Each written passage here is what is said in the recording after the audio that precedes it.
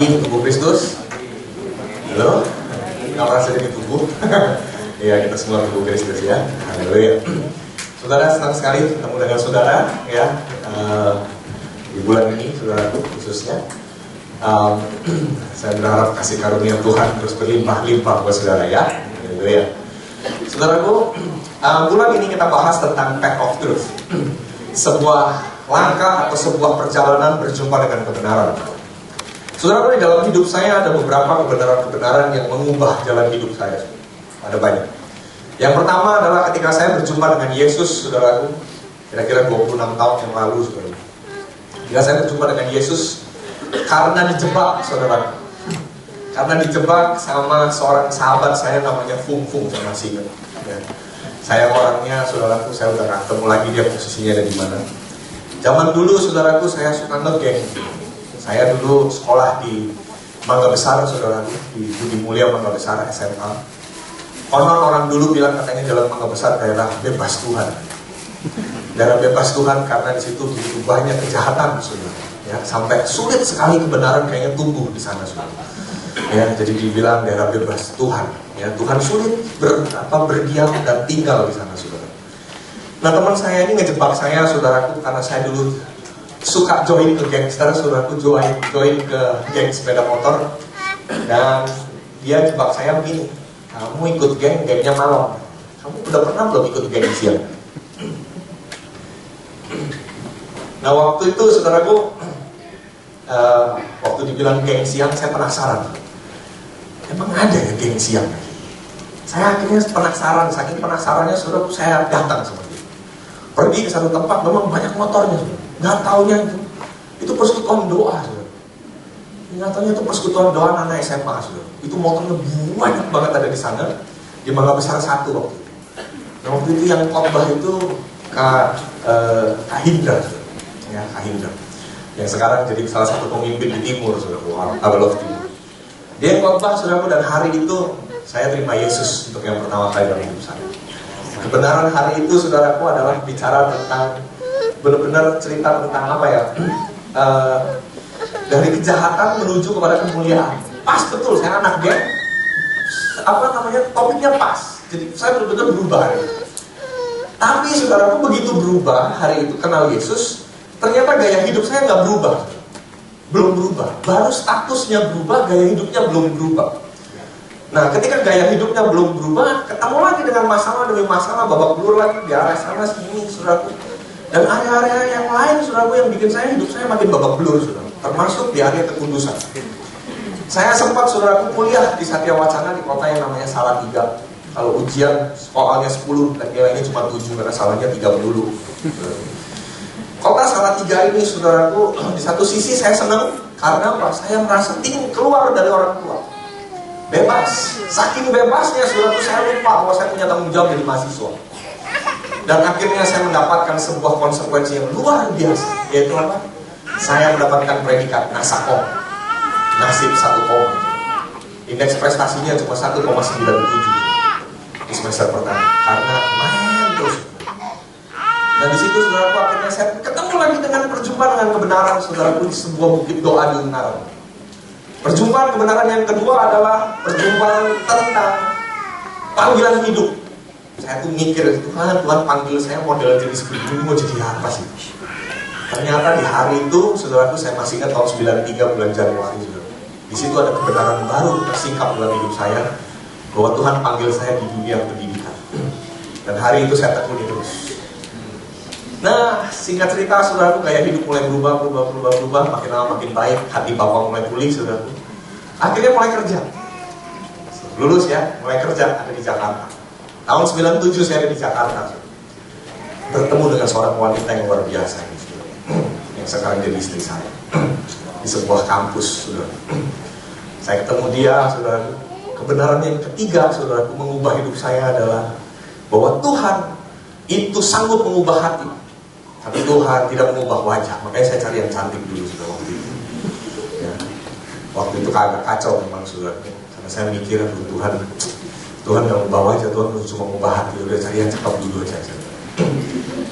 Ya, ternyata Tuhan mengubah juga hatinya, sudah. Ya, ternyata dia sanggup juga, sudah. Ya, mengubah banyak hal. Itu kebenaran ketiga. Nah, ini yang keempat, ini yang saya mau ceritakan. Karena pekerjaan begitu nikmat, saudaraku, saya akhirnya lulus dengan hasil yang wow, luar biasa. Dari 1,9 lebih, saudaraku, karena masuk gua adulam, saudaraku, jadi ada perubahan. Jadi ada perubahan, saya lulus dengan indeks prestasi 3,2, saudara. Dapat predikat sangat memuaskan. Cum laude sih enggak, sangat memuaskan. Wah, saya senang. Diterima di sebuah kantor konsultan, saudaraku. Waktu itu namanya KPMG. Gaji pertamanya, saudaraku, 2 juta take home pay. Tahun itu, tahun 97. Itu gede banget, saudara. Belum punya pengalaman apa-apa, udah gaji segitu, saudara. Tiap tahun naik, saudaraku. Duit berlimpah, saudara. Tapi begitu duit berlimpah, ada gaya hidup yang tidak berubah, saudara.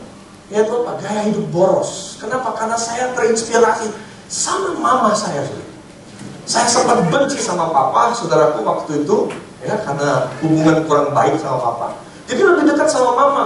Mama ini memberikan pengaruh yang luar biasa, yaitu apa? Shopaholic. Ini spirit baru dari mama. Nah, akhirnya saudaraku, saya gila belanja.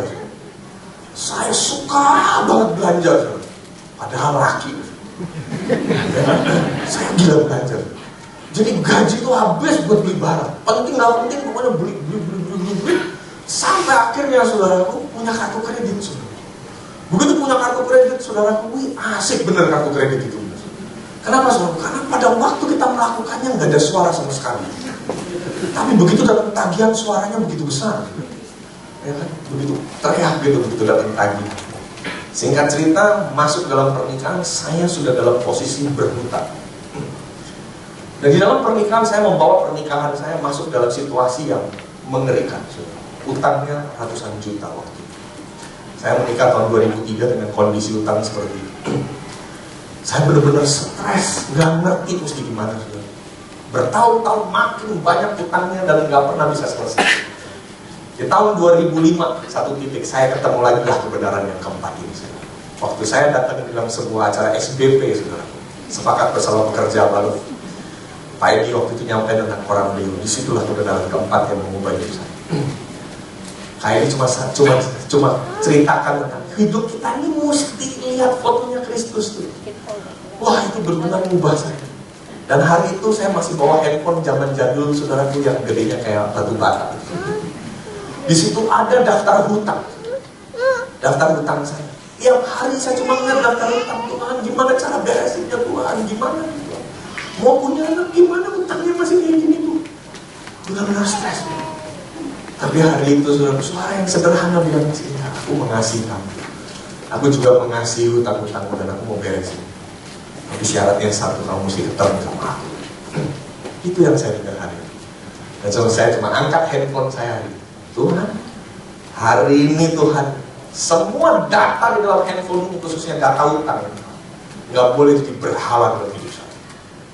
Hari itu saya harus akui, saudara, saya masih menyembah berhala. Berhala saya apa? Hutang. Oleh karena itu, saudara, hari ini yang saya mau bahas, my financial path of truth. Gimana caranya saya bisa bebas, saudara, di dalam keuangan. Lewat apa, saudara? Lewat perjumpaan sama kebenaran. Di hari awal-awal, saudaraku, di tahun 2015 ini, saudara, saya dapatkan ayat ini, saudara. Dan ini saya baru mengerti, oh ini toh gambarannya Tuhan tentang kemudian. Oh ini toh kebenarannya Tuhan tentang keuangan yang sederhana. Saudaraku, saya ambil dari kitab 2 Raja-Raja. Di kitab 2 Raja-Raja, saudaraku, 2 Raja-Raja 4. Ini cerita tentang Nabi, saudaraku. Kumpulan para istri Nabi, saudaraku. Jadi itu maksudnya bukan Nabi istrinya banyak, bukan. Tapi ada para istri gitu ya, yang kebetulan suaminya Nabi-Nabi gitu loh, saudara. Nah, dia ini bekerja sama Elia, saudara. Nah, salah seorang istri dari para nabi itu, dia bilang gini, suamiku tuh udah meninggal, tapi ninggalin utang. Jadi saya lagi mikir, nabi aja punya utang. Jadi saudara, hari ini, saudara yang punya daftar utang, sedikit lega dulu deh. Nabi aja punya utang, saudara. Ya. Berarti kalau saudara bukan nabi, ya agak mendingan lah, saudara. Ya. Nah, akhirnya saudara, akhirnya ngobrol lah si istri ini dengan Elisa. Begitu cerita, akhirnya intinya Elisa tolong perempuan ini, ya, dia tolong perempuan ini, tolong janda ini dengan cara yang ajaib, sehingga kita tahu ini kisah tentang mujizat. Karena apa? Mujizat minyak di dalam buli-buli. Oke. Dan kemudian di akhirnya, saudaraku, di ayat yang ke-7 di situ dikatakan perempuan itu kemudian hamba Allah itu atau abdi Allah itu, saudaraku, ya, kemudian memberitahukan kepada perempuan itu, dan orang itu berkata, pergilah, jualah minyak itu, bayarlah hutangmu, dan hiduplah dari lebihnya engkau serta anak-anak. Ayat 1 sampai dengan ayat yang ke-7 ini, saudaraku, saya menemukan ada 5 kunci penting, saudaraku, untuk mengalami terobosan di dalam keuangan kita. 5 hal penting. Saya singkat dengan kata 5T. Kalau cuma dapat 5M kurang gede. Sekarang sih bahasnya 5T. Ya kan? Ya. APBN-nya kita kan sekarang kan udah nggak main M, mainnya T. Jadi kalau masih berkecimpung di M masih kecil. Ya, kalau T, nah itu baru, ya. Berdoalah supaya saudara mulai naik tingkat, ya, sampai ke titik yang T ini, saudara. Ya. Mari kita mulai dengan T yang pertama. Gimana caranya kita bisa mengalami pemulihan? T yang pertama, firman Tuhan bilang begini. Perempuan itu bilang begini, dan engkau ini tahu bahwa hambamu itu takut akan Tuhan. T yang pertama, takut akan Tuhan, fear of Lord. Kita bisa mengalami terobosan, saudara, kalau kita punya roh yang takut akan Tuhan. Nah, saudaraku, saya bukan terpukul, ya. Maksudnya saya tertemplak juga dengan khotbahnya Pak Seno waktu itu. Kak Seno waktu itu khotbah tentang persepuluhan. Dia bawa uang kalau nggak salah waktu itu cepecek. Cetel itu. Ya, cetel. Dan Kak Seno cerita tentang lembar pertama ini yang mestinya perpuluhan. Saya harus akui, saudara, saya belum pernah tahu kebenaran itu sebelumnya. Saya tetap kasih persepuluhan, saudaraku, tapi saya nggak ngerti bahwa prinsipnya lembar pertama itu. Dan itu benar-benar mengubah saya, dan saya mulai praktekin, saudara. Saya mulai praktekin, powerful, benar-benar powerful. Nah, saudara, saya pernah pada satu titik, saudaraku, pada waktu mengalami utang begitu banyak, saudara, saya sering nego sama Tuhan. Tuhan, kalau BC aja ada cicilan 0%, masa per bulan nggak bisa? Saya nakal sekali, saudara. Waktu itu beneran, sungguh, saya nakal sekali. Saya sering kali main-main sama Tuhan. Dan makanya saya mulai lihat, Tuhan nggak buka tingkap-tingkap yang dahsyat dalam hidup saya ketika itu. Nggak ketemu jalan keluar. Tapi begitu saya begitu menyadari, oh ya, takut akan Tuhan itu penting. Takut akan Tuhan harus mulai pertama. Jadi yang membuat Elisa mau tolong janda ini, karena janda ini ngerti betul. Takut akan Tuhan itu kunci pertama. Anda mau lepas dari ikatan apapun, kunci pertama takut akan Tuhan. Gak bisa lain. Nah, dalam hal keuangan, takut akan Tuhan bentuknya apa? Dalam hal keuangan, takut akan Tuhan adalah saudara benar-benar harus tahu persis tentang prinsip yang namanya giving back, gitu loh. Yang namanya tithe, 10%. Saudara masih setia di area itu? Saya ingin meripit sedikit apa yang Kak Seno pernah sampaikan. Saudara masih setia nggak di area itu? Ataukah saudara tunda-tunda? Wah, hari-hari ini saya lagi senang, saudara, bikin SPT. Saudara. Kenapa? Karena laporan saya rapi, bersih, baik, saudara. Dulunya nggak pernah punya laporan bagus. Tiap bulan saya terima income, saya nggak pernah catetin. Udah, pokoknya ada uang berapa, udah langsung potong per bulan. Tapi begitu mulai masuk laporan SPT, saya babak belur, saudara. Nggak tahu. Tapi setelah saya mulai belajar lagi terus, hari lepas hari ini udah masuk dalam 3 tahun yang ketiga. Income per bulan, per minggu bahkan, saudaraku, saya punya catatan. Dan saya udah selesaikan perpuluhannya tanggal berapa. Semua ada catatan.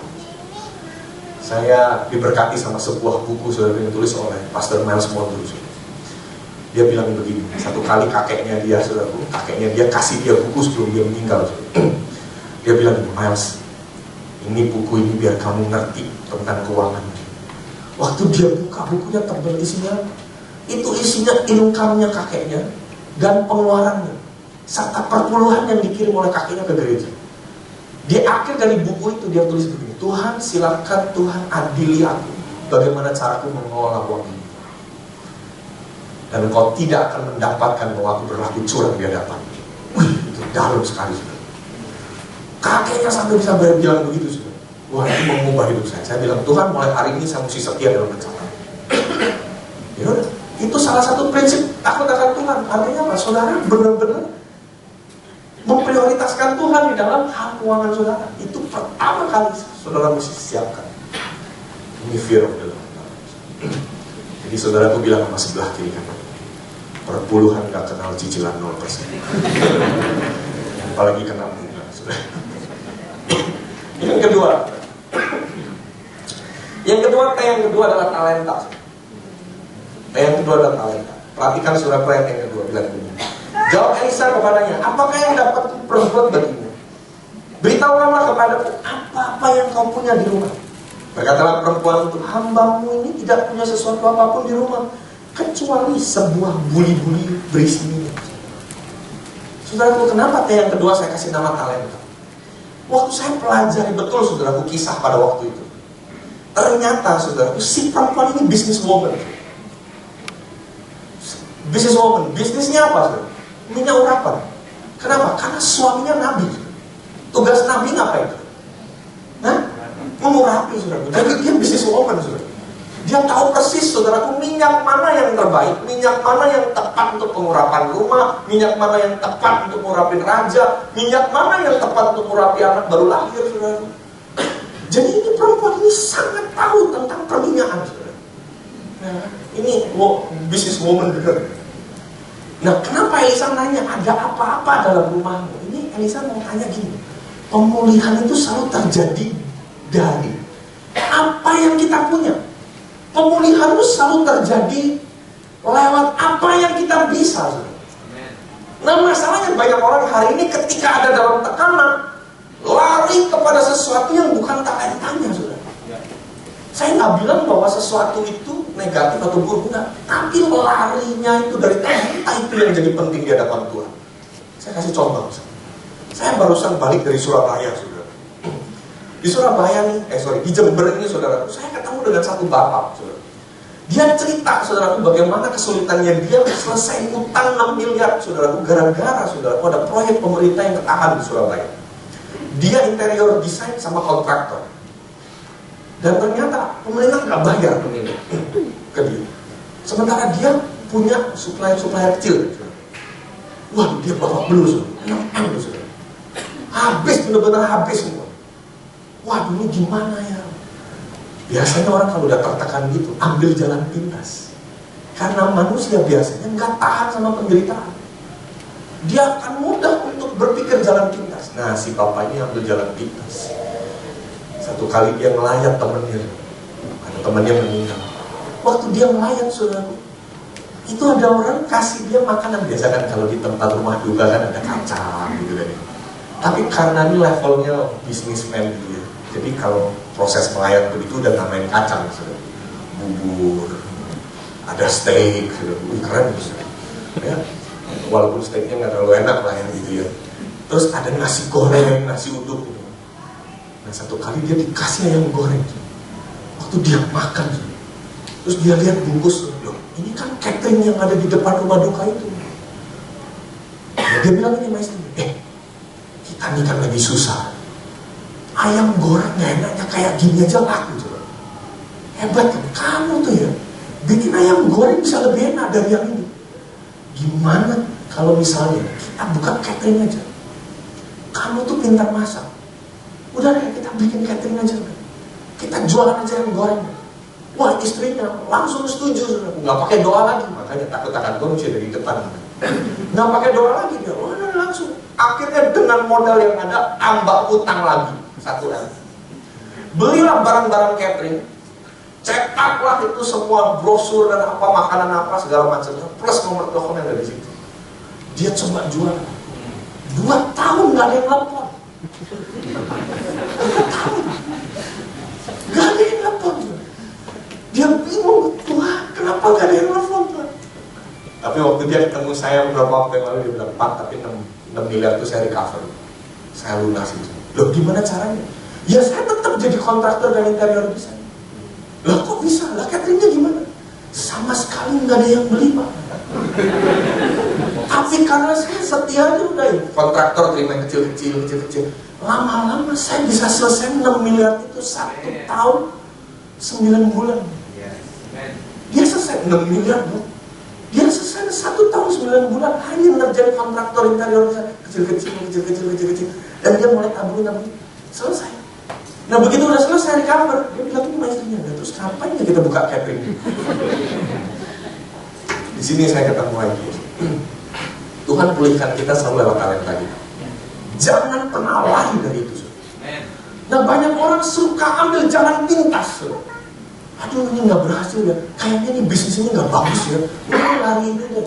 Nanti akhirnya yang jadi kambing hitam biasanya ada 2 bisnis. Kalau udah lari begini. Yang pertama MLM, yang kedua asuransi. Maaf ya, saya kerja di asuransi. Tapi seringnya begitu kan, terjadinya kan. Karena apa? Udah panik, ya kan? Udah panik, udah di MLM aja nya. Udah panik, udah di asuransi aja nya.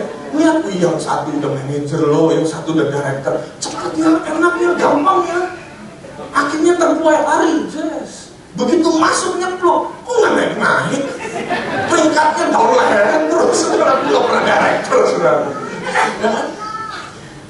Nah, saya nangkapnya gini, banyak orang saudara lari dari talentanya, nggak bisa. Saya pernah mengalami posisi atau kondisi yang tadi saya bilang itu, ratusan juta nggak ngerti mesti recover gimana. Saya dosen, gaji dosen saya 14 tahun yang lalu sampai hari ini masih sama per SKS, nggak pernah ada kenaikan. Tapi kalau saudara cek paspor saya, saudaraku, hampir habis saudara tiap 5 tahun. Kok yang bisa pergi terus ini? Bingung gak? Saya sendiri bingung, saudara. Sampai mami saya tuh bilang ini, aduh Tuhan, mimpimu tercapai, Man. Apa tuh, Ma? Kamu masih ingat nggak, Man?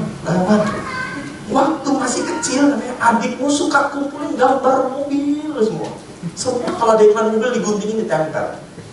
Karena dia mimpinya otomotif. Makanya dia sekarang sama otomotif jago banget. Saya dulu gak suka nempelin gambar mobil, yang saya tempelin gambar pesawat. Terbang terus hari ini, saudara. Saya mulai bilang, iya juga ya, Bang. Saudara, saya mau katakan begini, saudara jangan kabur deh, saudara. Dari talenta saudara. Kalau saudara udah dikasih tahu talenta saudara ada di bisnis besi, ya udah jangan main baja. Kalau saudara udah dikasih tahu sama Tuhan, udah dikasih talenta sama Tuhan, saudara urusannya sama rambut, ya, jangan main kulit, gitu loh saudara. Nangkap nggak maksud saya, saudara? Gini, bukan berarti saya bilang begini ya, saudara.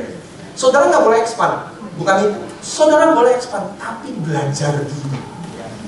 Jangan gegabah lihat, bisnis batu bara enak ya, cuannya besar ya, gede ya, diam di rumah aja 2 miliar, langsung terima telepon aja. Ya om saya di Semarang itu habis kecelakaan lumpuh, saudara. Dia kemarin saya kunjungin, dia semua bilang, Man, apa kabar? Saya bilang, om gimana? Aman, Man, barusan deal lagi 3,5 M. Oh, enak banget. Saya bilang, om gimana om caranya bisa bisnis di rumah? Ya anugerah lah. Karena om udah lumpuh begini, gak bisa gerak, cuma bisa nyangka telepon doang. Ya Tuhan kasih berkat lewat telepon aja. Kamu mau bisnis begini? Gak mau saya. Dapat 3,5 yang lumpuh. Doesn't make sense gitu. Saya jadi mulai keingat, saudara. Saya waktu itu juga ngalamin ya kondisi lagi kayak gitu ya. Tiba-tiba gini, saudara. Saya bilang, Tuhan, ini nih ya yang tadi saya cerita habis SBB nih, saudara. Ya habis sepakat bersama pekerjanya Pak Edi. Seminggu kemudian kampus telepon saya, Pak Arman, kami dari kampus UI Pak. Oh iya, gimana Bu? Pak, Bapak bisa nggak kasih training buat mahasiswa baru? Kami mulai tahun ini kami ambil kebijakan nggak ada ospek zaman dulu lagi. Kami mau perlengkapi mahasiswa baru supaya mereka ngerti bahas case study, supaya mereka ngerti gimana teknik presentasi, supaya mereka ngerti bagaimana caranya bikin tugas-tugas. Tolong Bapak kirim proposal, Bapak bisa nyapa. Yaudah saya bilang, Tuhan, saya bisanya bikin bahan presentasi. Yaudah saya masukin proposal bikin bahan presentasi. 1 batch saya hargain berapa juta pada waktu itu. Udah saya kirim. Begitu kekirim dia bilang, Pak ini proposalnya bagus, coba Pak, Bapak bisa datang dulu nggak ke kampus? Karena saya pengen tahu bahannya. Saya bilang, ini bahan saya gini-gini. 2 hari pokoknya kondisinya begini-begini. Oke Pak, deal, tekan kontrak. Dalam hati saya, ya kurang mahal. Ya udah, tapi udah saya terima aja. Satu batch dulu saya layani, cuma 22 mahasiswa. Saya layanin dulu, saya dibayar 7 juta waktu itu, 2005, untuk 22 orang. Ya udah, saya terima aja. Udah selesai, dievaluasi kan. Pak, evaluasinya bagus, continue ya Pak. Batch kedua, continue lagi, sampai saya lupa itu continue udah berapa batch.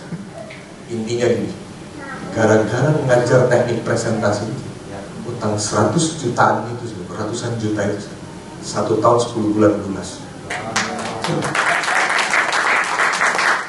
Hanya fokus ngerjain training, susah. Hanya fokus itu. Tuhan hanya mau fokus sama talenta yang Tuhan kasih sama kita. Amin. Wanita ini fokus, walaupun dia cuma punya 1 buli-buli. Perkiraan saya 1 buli-buli itu 1 flash. 1 flash itu sekitar 220-300 ml. Flash itu ukuran minuman alkohol yang ada di yang kalau di film-film itu suka naruh alkohol di tempat aluminium tuh, ya, yang taruh di belakang jas itu. Nah, itu 1 flash. Nah, saudara,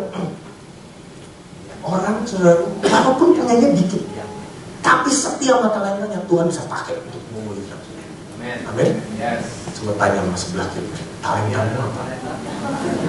Nah, yang susah anak muda waktu ditanya talentamu apa, main game. Nah, talentanya main game. Saya mau kasih tahu kalau saudara talentanya main game, perbesar sedikit kapasitas saudara, ciptakan game. Ciptakan. Kalau perlu ciptakan game Alkitab kita sekalian. Lu benar. Itu harus, saudara.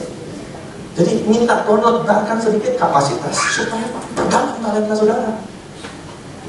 Ini kebenaran kedua yang memulihkan saya. Ya, lewat keuangan. Yang ketiga, saudara. Yang ketiga. Saya kasih judul tetangga. Kenapa saya bilang tetangga? Ada ayatnya. Ya, saudara. Ayatnya bilang begini, ayat ketiga. Lalu berkatalah Elisa, pergilah mintalah bejana-bejana dari luar daripada segala tetanggamu, bejana-bejana kosong, tapi jangan terlalu sedikit. Artinya gini, saudara yang hidupnya sendiri, ya kan, gak pernah ada di dalam komunitas. Maaf nih, saya mesti beritahu, saudara akan sulit sekali untuk recover. Karena Tuhan adalah Tuhan yang hidup dalam komunitas. Tuhan kita. Jadi saudara yang sampai dengan detik ini, saudara belum masuk DC, saudara perlu bertobat. Thank you Andrew buat respon. Jujur, saudara yang malas-malasan DC, kadang datang, kadang enggak. Ada yang bilang jam, capek. Saudara, please, tetangga itu penting. Tapi banyak orang hari ini nggak mau dekat sama tetangganya. Padahal tetangga bisa tolong kita nggak? Bisa. Tuhan bisa pakai nggak mereka? Bisa. Sangat bisa. Waktu kami lagi mengalami kondisi susah, ada satu anggota sel group kami, ya, anggota di CL. Dia rumahnya saudaraku kontrak, cuma punya motor. Suaminya kerja betulin printer. Saudara tebak kira-kira gaji berapa cuma kerjanya betulin printer? Istrinya nggak kerja, anak 2. Kami juga lagi susah pada waktu itu. Kami mau keluar, mau pergi ke Giant, mau beli beras. Pagi-pagi benar saudaraku dia datang. Masih pakai baju tidur. Dia bilang, Man, ngapain kamu sih? Man, semalam kami doa, Man. Terus kami dapetin Man pagi ini. Ya dapetin apa? Kami mesti kasih beras buat kamu. Hah? Ya benar, iya benar. Dan itu berasnya beras bagus, saudara. Dia sendiri nggak makan beras itu. Dia sendiri makan beras lebih jelek dari itu. Bukan hanya itu, dia keluarin lagi 1 kantong lagi, 2 kantong lagi, saudara. Itu 6 box susu buat Arsya, buat anak kami. Dan itu susu mahal. Susunya anaknya dia aja juga nggak kayak gini, lebih murah dari itu. Kok kamu bisa tahu susunya anak kami? Semalam kami doa, kami dapat itu. Ya udah kami beli. Kami pas kebetulan ada uang, ada tabungan. Tuhan suruh kami taat, pokoknya kasih ke kamu. Saudara, saya nangis sama istri. Orang yang nggak kita duga, Tuhan bisa pakai mereka untuk berkati, betul? Makanya Elisa bilang apa? Suruh minta sama tetangga, bukan buli-buli penuh, tapi bejana kosong. Kayak hari ini misalnya saudara lagi susah, ngalami kondisi kayak gini, saudara datang ke tetangga, oh tante permisi, ada galon kosong nggak? Kurang lebih kayak gitu deh. Kelihatannya nggak berarti kan, kosong, bejana kosong. Dan belum tentu bejana yang dikasih sama tetangga adalah bejana buat minum, bisa aja bejana buat cuci kaki, betul? Artinya hal yang tampaknya mustahil Tuhan bisa pakai nggak? Bisa. Makanya saudara, hiduplah bertetangga. Saudara, hari ini banyak orang tinggal udah sebodo amat, nggak ngerti. Ya kan? Contoh konkretnya, banyak anak-anak muda hari ini nggak ngerti keluarga besarnya sebesar apa, nggak tahu. Begitu kumpul, tanya, Mak, itu siapa, Mak? Oh, itu kakaknya, papinya mami. Udah dia punya anak, nah anaknya itu yang itu sekarang menikah sama yang ini. Udah pusing, udah kamu tahu sama. Keluarganya kita nggak pernah mau tahu, saudara. Sementara orang-orang tua, om tante ada di tempat ini, hafal semua kan? Jalur ke belakang sana kayak apa, tahu kan kondisinya gimana. Makanya nggak heran orang dulu kalau lagi kesulitan bertahan di masa sukar. Orang sekarang nggak bisa bertahan di masa sukar. Kenapa? Karena kesepian, nggak punya tetangga. Coba lihat dulu sebelah kiri kanan. Bilang gini, walaupun kamu hari ini luar biasa, kamu tetap bisa dipakai Tuhan buat saya. Amin, saudara. Ya. Juga bilang begini sama sebelahnya, walaupun kamu kurang enak dilihat, Tuhan bisa pakai kamu buat berkati hidup saya, buat tolong hidup saya. Amin. Nah, yang ketiga apa, saudaraku? Tetangga. Nah, saudara punya tetangga. Nah, saudara mesti belajar hidup bertetangga. Jangan apa sendiri. Aduh, sedih lah saudara. Pak, tapi saya ada Pak, follower saya di Twitter 2000. Itu follower pasif, saudara. Dia nggak ngerti saudara, nggak ngerti hidup saudara. Pak, tapi kami ini di Instagram followernya 14.000. Wih, keren banget 14.000. Dian Sastro, saudara tuh saya lihat 156.000. Tapi masalahnya aktif kan? Kalau dia lagi kesulitan, berapa banyak yang tolong dia? Kita nggak tahu. Saudara tuh boleh punya follower banyak, tapi masalahnya ini, berapa banyak tetangga sungguhannya dalam hidupmu, saudara? Seperti ini. Dan akhirnya janda ini ketolong gara-gara bejana kosong. Karena bejana kosong, Tuhan pulihkan. Amin. Yang keempat, ya, tertutup. Yang keempat, tertutup. Kenapa tertutup? Perhatikan. Kemudian masuklah, ini kata Elisa, tutuplah pintu sesudah engkau dan anak-anakmu masuk, lalu tuanglah minyak itu ke dalam segala bejana, mana yang penuh angkat. Kenapa Elisa suruh si janda ini suruh tutup pintu? Kenapa mujizat ada di dalam rumah, bukan di luar rumah? Kan bejana banyak. Berarti si janda ini mesti bawa tuh bejana dari luar masuk ke dalam, betul? Ada 3 hal penting. Yang pertama, minyak, saudara, kualitasnya ditentukan lewat kejernihannya dan kemurnian. Kalau dituangnya di luar, bisa terkontaminasi. Tuhan nggak mau, saudara, pemulihan kita, saudara, tidak sempurna. Tuhan mau pemulihan kita sempurna. Jadi jangan pernah batasin Tuhan. Cukup ya Tuhan gini aja, oke, jangan. Karena Tuhan kita Tuhan yang tak terbatas. Bawa masuk ke dalam rumah ini juga bisa apa? Privacy. Tuhan pulihkan setiap hidup kita unik adanya, saudara. Jangan saudara bandingin, kok Andrew cepat ya recover ya? Dulu dia begini, kok dia bisa cepat ya? Kenapa gua enggak ya? Oh, kok yang ini kok bisa lama ya? Kok yang ini bisa cepat ya? Gimana sih caranya? Saudara nggak bisa bandingin cara Tuhan memulihkan antara diri saudara dengan orang lain. Nggak bisa, saudara bandingin gitu. Orang yang satu Tuhan pulihkan cepat, orang yang satu Tuhan makan pulihkan lebih cepat. Intinya Tuhan selalu memulihkan cepat menurut waktunya dia. Amin. Saya nggak bilang lambat, cepat dan lebih cepat. Saudara, tertutup yang ketiga bicara tentang apa? bicara tentang kemurnian. Saya melihat saudara, orang biasanya babak belur di area keuangan, biasanya karena masalah ketidakkudusan. Biasanya karena masalah ketidakkudusan. Kalau nggak perzinahan lah, percabulan lah. Karena dosa yang satu ini selalu menarik kemiskinan. Selalu menarik kemiskinan. Makanya saudaraku, perhatikan baik-baik. Kalau saudara udah mulai dipulihkan di area keuangan, jangan main-main di area ini, saudara. Sekali saudara main-main di area ini, itu pasti akan hancur lagi. Makanya saudara perhatikan, di mana ada pertambangan, di situ pasti ada tempat pelacuran. Di mana ada tempat pertambangan, di situ pasti ada tempat pelacuran. Kenapa, saudara? Karena mereka tahu orang tambang punya banyak uang, dan mereka akan kejar itu, mereka akan sedot. Saudara jaga kemurnian hidupmu, jaga kekudusan. Alkitab bilang ini, hormatilah perkawinan, jangan cemari tempat tidur. Ini bicara soal tertutup. Artinya ini, jangan sampai ada celah ketika Tuhan memulai pulihkan hidup kita. Jangan bikin celah lagi, saudara. Yang terakhir, yang terakhir adalah takut. Nah, ini yang banyak orang nggak pernah tahu, saudara. Saudara sering kali terima SMS begini, menolong Anda membebaskan dari utang kartu kredit, ya? Bener kan? KTA 0% dan sebagainya gitu. Sering ya terima SMS kayak gitu. Nah saudaraku, kenapa mereka banyak gagalnya? Karena mereka nggak kenal kebenaran ini. Orang-orang yang bekerja di bisnis itu fokusnya cuma buat nutupin utang.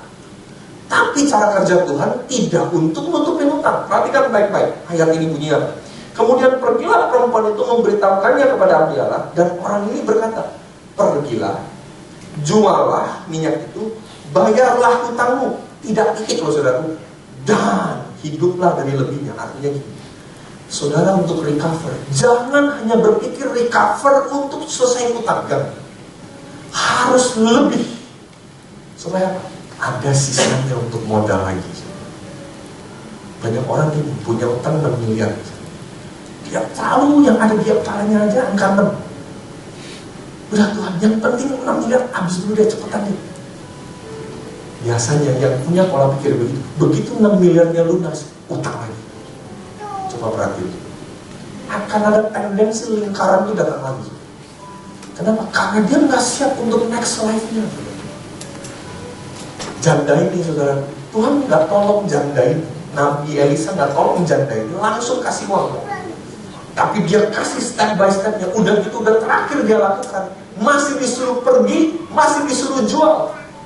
Saudara bayangin nggak kira-kira kondisinya dulu? Dia lagi bener-bener kepepet.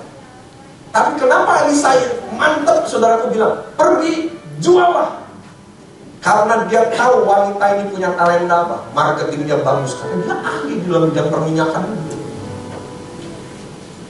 She is very skillful businesswoman in oil business. Very skillful. Sehingga jualnya gampang. Ini yang membedakan. Kenapa kalau kita keluar dari talenta? Kok kayaknya jadi susah ya? Orang itu gampang sih. Kok nge-prospek orang kok baru ngomong dikit, senyum dikit tanda tangan. Saya udah beli baju paling mahal, udah ganteng, udah wangi seperti apa? Udah tanda tangan. Saudara, masalahnya di mana? Saudara nggak skillful, itu aja. Urapannya nggak ada di situ. Nah, janda ini punya urapan di situ, makanya Nabi ini ngerti. Ketika minyak ini udah dipulihkan, ketika sudah mulai ada modal yang besar, janda ini sanggup untuk jual. Dia punya marketing power. Demikian juga hidup kita. Kita hanya punya marketing power, kita hanya punya kekuatan untuk kita bisa pulih. Kalau kita tekun di dalam melakukan kebenaran, jangan tanggung-tanggung, jangan setengah-setengah, terusin seperti itu. Jangan cuma sekedar tutup utangmu berapa, lebih kan. Saudaraku, sejak tahun 2005 ini, 2006 kami recover. Sejak hari itu kami mulai belajar nabung. Kami mulai nabung. Saya ingat waktu itu ada apa kasihnya tiap kali awal tahun, sebuah komitmen untuk 1 tahun, apa istilahnya, resolusi. Kasihnya waktu itu di tahun 2014 awal bilang soal resolusi. Saya bilang, Tuhan, saya mau ambil sebuah resolusi. Mulai tahun 2014 saya mau invest, nggak mau lagi nabung. Ya, bukan hanya nabung maksudnya, saya mau lagi invest. 2014 kami berhasil investasi. Kami berhasil lagi investasi. 2015 ini kami lagi doa lagi, Tuhan, tahun ini kami mau invest lagi. Dan puji Tuhan, tiap bulan Tuhan mulai buka hal-hal baru. Tuhan mulai buka hal-hal baru. Dan Tuhan tolong.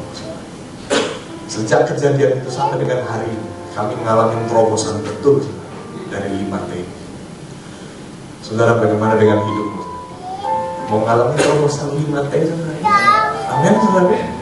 Yang pertama apa? Takut akan Tuhan. Jangan kasih perpuluhan cicilan. Yes. Gak ada istilah 0% di perpuluhan. Yang kedua, saudara, apa saudara? Talenta. Setia sama talenta, saudara. Kalau Tuhan kasih saudara talenta untuk ngurusin rambut, setia, belajar di area itu. Kemarin istri saya cerita, temennya dia dari waktu masih SMA ya, pinter ngedesain. Sekarang dia jadi tukang kue di London. Dan dia dipakai sama Prince apa? Di apa namanya, wedding cake-nya pangeran di London itu. Dia orang Indonesia, orang Semarang, saudara. Tapi dia setia terus, saudara. Bayangin, sekian puluh tahun, saudara. Setia. Dan Tuhan tetap bisa pakai, saudara. Amin, saudara. Please, saudara. Kalau saudara hari ini dalam kondisi tertekan dalam area keuangan, jangan ambil jalan pintas. Ya. Saya nggak bilang saudara nggak boleh masuk MLM atau asuransi. Ya. Tapi maksud saya, jangan ambil jalan pintas karena melihat dia lebih baik, akhirnya saudara lari ke situ. Jangan lihat ke situ lebih baik, saudara lari ke situ. Ya. Tuhan pakai saudara di area mana? Setia aja udah di situ. Tuhan pasti pulihkan kita. Amin, saudara. Yuk, bagian ini saudara kita datang. Bapak Ibu Saudara yang terkasih, pada tanggal 10 Maret kemarin, kita telah mengadakan satu momen Vision Night yang telah memberkati setiap pemimpin dan pekerja yang hadir. Bagi Anda yang tidak sempat hadir, berikut ini adalah liputannya. He who lives in you is greater than he who is in the world. Saya ini gak bisa, Kak. Betul. Saya ini gak mampu, Kak. Betul. Saya ini gak suka. Emang kamu tahu. Tapi kemudian katakan ini, tapi Yesus yang ada dalam diri kamu bisa. Gila. Sebenarnya apa sih yang saudara punya di dalam diri saudara? Apa sih yang saudara punya? What do you have inside you? What do you have inside you? Saudara punya apa?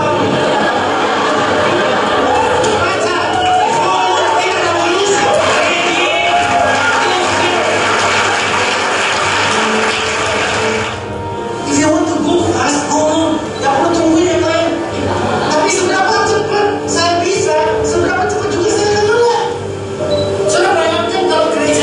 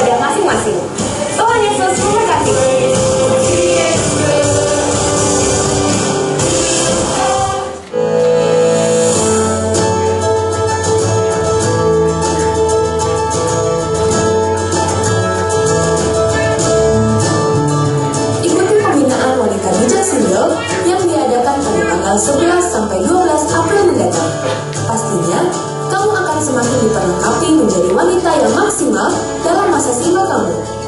Untuk info lebih lanjut, hubungi nomor yang tertera pada layar.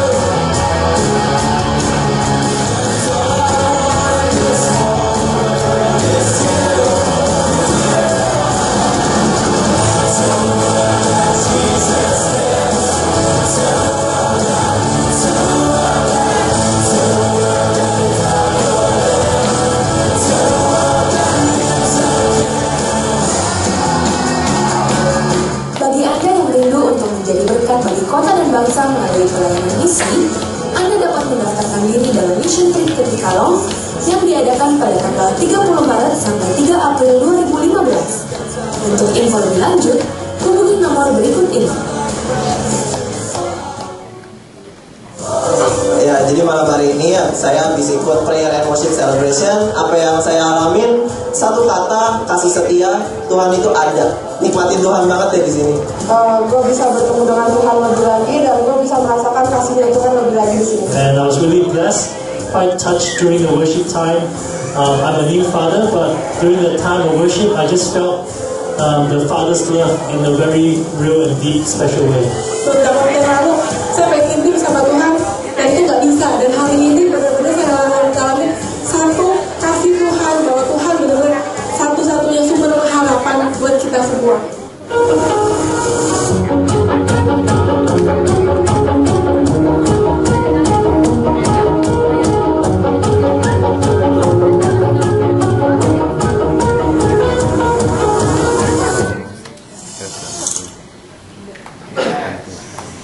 Oke, saudara, beri kemuliaan buat Tuhan.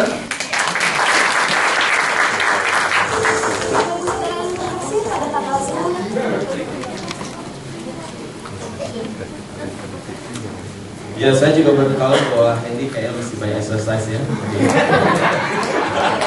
Nanti dia sangat bergumul buat exercise push up ya. Oke, saudara, saya hanya akan menekankan tadi saudara ada pre-worship celebration 21 Maret yang mengupas tanggal 7 malam. Dan kemudian yang paling penting lagi saudara, saya mendorong setiap kita kalau saudara rindu melihat mujizat, rindu melihat mengalami kegairahan di dalam kerohanian saudara, tidak ada pilihan lain, saudara ikutlah mission trip bersama Elton dan kawan-kawan. Saya bisa minta Elton yang akan mission trip bersama kawan seperti Elton. Saudara bisa daftarkan diri saudara ke Elton ya.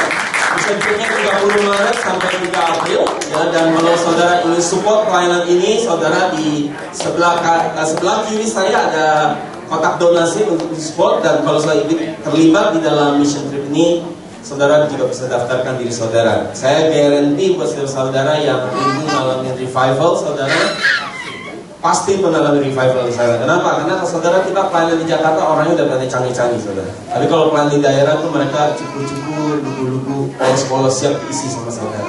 Saya yakin kan saudara pasti ngalamin terobosan rohani saudara. Nah saudara, kita juga akan belajar juga taat ya. Tadi 1T yang pertama itu apa? Takut akan Tuhan. Maka kita siapin persembahan kita saudara ya, untuk takut akan Tuhan ya, bukan karena kita ketakutan ya, tapi karena kita bicara ini hati kita sama Tuhan. Saudara, kita baca firman Tuhan Lukas 16 kasihnya 10, kita baca sama-sama 2-3. Dan aku berkata kepadamu, ikatlah persahabatan dengan menggunakan mamon yang tidak jujur, supaya jika mamon itu tidak dapat menolong lagi, kamu diterima di dalam kemah abadi. Barang siapa setia dalam perkara-perkara kecil, ia setia juga dalam perkara-perkara besar. Dan barang siapa tidak benar dalam perkara-perkara kecil, Ia tidak benar juga dalam perkara-perkara besar. Kalau saudara baca ayat sebelumnya, ini cerita tentang bendahara nggak jujur, saudara.